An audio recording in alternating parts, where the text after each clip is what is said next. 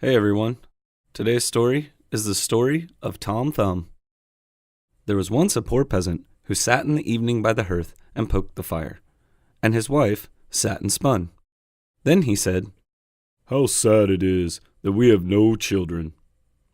With us, all is so quiet, and in other houses, it is noisy and lively." "Yes," replied the wife. "Even if we had only one, and it were quite small, and only as big as a thumb, I should be quite satisfied, and we would still love it with all our hearts."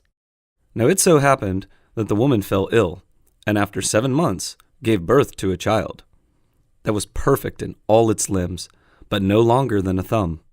Then she said, "It is as I wished it to be, and it shall be our dear child."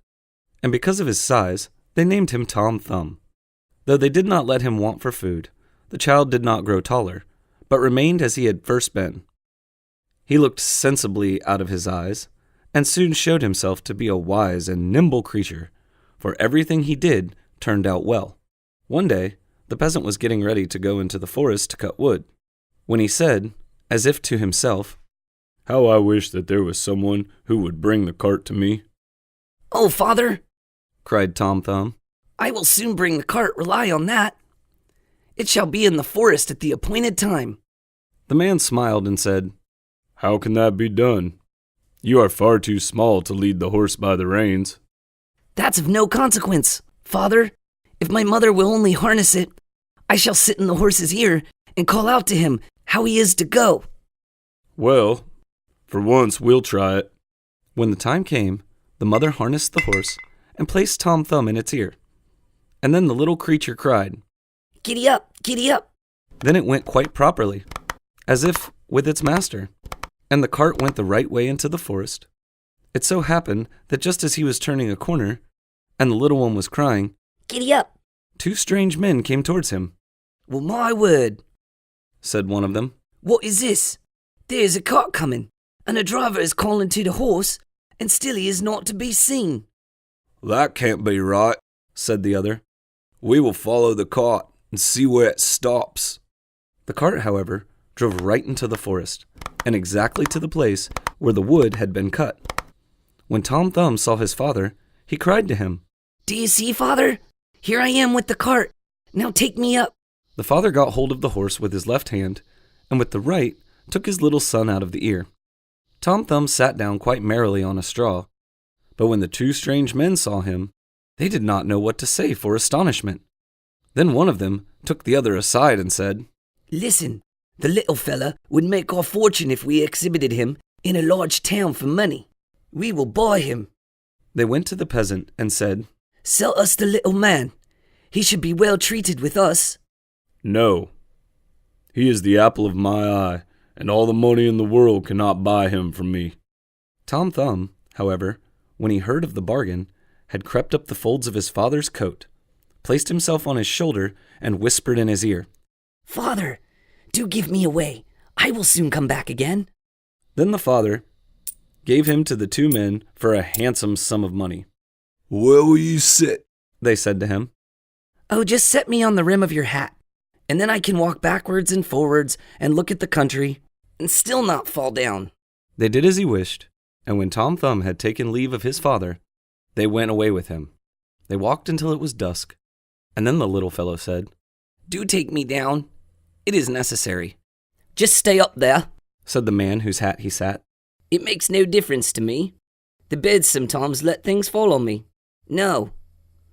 I know what's manners. Take me quickly up." The man took his hat off and put the little fellow on the ground by the wayside, and he leapt and crept about a little between the sods, and then he suddenly slipped into a mouse hole which he had sought out. "Good evening, gentlemen. Just go home without me," he cried to them, and mocked them. They ran and stuck their sticks into the mouse hole, but it was all in vain. Tom Thumb crept still farther in, and as it soon became quite dark, they were forced to go home with their empty purses. When Tom Thumb saw they were gone, he crept back out of the subterranean passage. "It is so dangerous to walk on the ground in the dark. How easily a neck or leg is broken." Fortunately, he stumbled against an empty snail shell. "Thank God, and that I can pass the night in safety." And got into it. Not long afterwards, When he was just going to sleep, he heard 2 men go by, and one of them was saying, "How shall we set about going getting a hold of the rich pastor's silver and gold?" I could tell you that. cried Tom Thumb, interrupting them. "What was that?" said one of the thieves in fright. "I heard someone speaking." They stood still listening, and Tom Thumb spoke again. Take me with you, and I'll help you. "But where are you?" Just look on the ground and observe from where my voice comes." There, the thieves at length found him and lifted him up. "You little man, how will you help us?" Listen, I will creep into the pastor's room through the iron bars and will reach out to you whatever you want to have." "Come on then, and we will see what you can do." When they got to the pastor's house, Tom Thumb crept into the room but instantly cried out with all his might. "Do you want to have everything that is here?" The thieves were alarmed and said, "But do speak softly, so as not to wake anyone."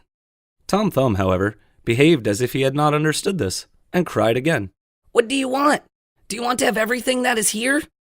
The cook, who slept in the next room, heard this and sat up in bed and listened.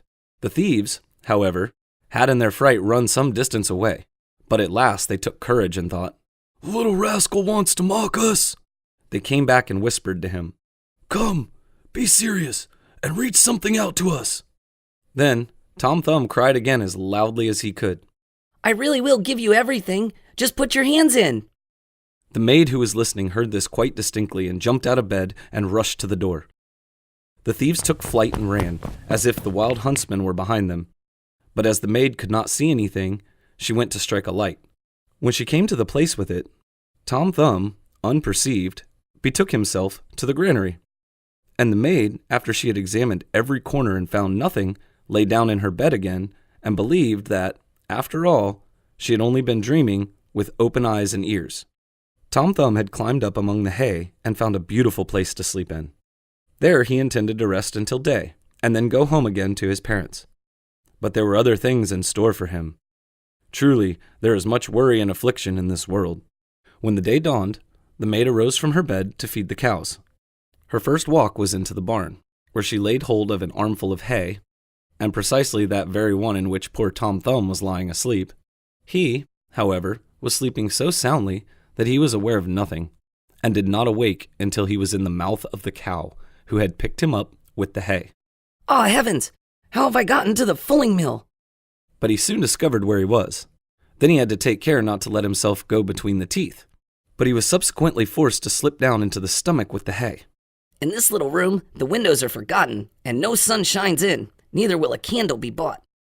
His quarters were especially unpleasing to him, and the worst was that more and more hay was always coming in by the door, and the space grew less and less, when at length, in his anguish, he cried out as loud as he could, "Bring me no more hay! Bring me no more hay!" The maid was just milking the cow, and when she heard someone speaking and saw no one, and perceived that it was the same voice that she had heard in the night, she was so terrified that she slipped off her stool and spilt the milk. She ran in great haste to her master and said, "Oh heavens, pastor, the cow has been speaking." "You are mad," replied the pastor. But he went himself to the barn to see what was there. Hardly had he set his foot inside when Tom Thumb again cried, "Bring me no more hay! Bring me no more hay!" Then the pastor himself was alarmed, and thought that an evil spirit had gone into the cow. He fed the cow a little bit of oil so the cow would vomit, and she did. Tom Thumb came out, but was not noticed and was thrown onto the dunghill. Tom Thumb had great difficulty in working his way out. However, he succeeded so far as to get some room, but just as he was going to thrust his head out, a new misfortune occurred. A hungry wolf ran up and swallowed him whole. Tom Thumb did not lose courage. "Perhaps the wolf will listen to what I have to say. Dear wolf, I know of a magnificent feast for you." "Where is it to be had?" said the wolf. "In such and such a house. You must creep in through the kitchen, and we'll find cakes and bacon and sausages and as much of them as you can eat." And he described to him exactly his father's house. The wolf did not require to be told this twice, squeezed himself in at night through the sink, and ate to his heart's content.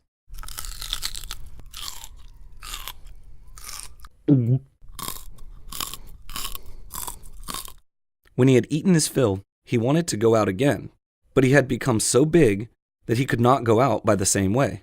Tom Thumb had counted on this, and now began to make a violent noise in the wolf's body, and raged and screamed as loudly as he could. Will you be quiet? You will wake up the people. What do I care? You have eaten your fill, and I will make merry likewise. And began once more to scream with all his strength. At last, his father and mother were aroused by it, and ran to the room and looked through the opening in the door. When they saw that a wolf was inside, they ran away, and the husband fetched his axe, and the wife the scythe. Stay behind me, Said the man, when they entered the room. when I have given the blow. If he is not killed by it, you must cut him down. Then Tom Thumb heard his parents' voices, and cried, Dear father, I am here. I am in the wolf's body. Thank God. Our dear child has found us again. and made the woman take away her scythe, that Tom Thumb might not be hurt with it.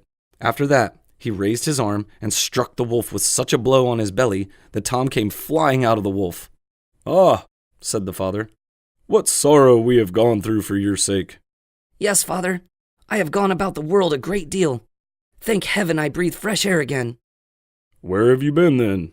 Ah, father, I have been in a mouse's hole, in a cow's belly, and then in a wolf's belly. Now I will stay with you.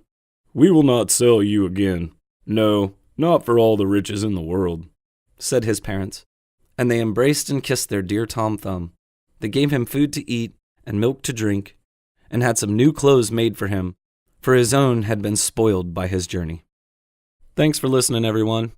If you enjoyed the stories, hit the subscribe button, and you'll get a notification when the next story comes out next Friday.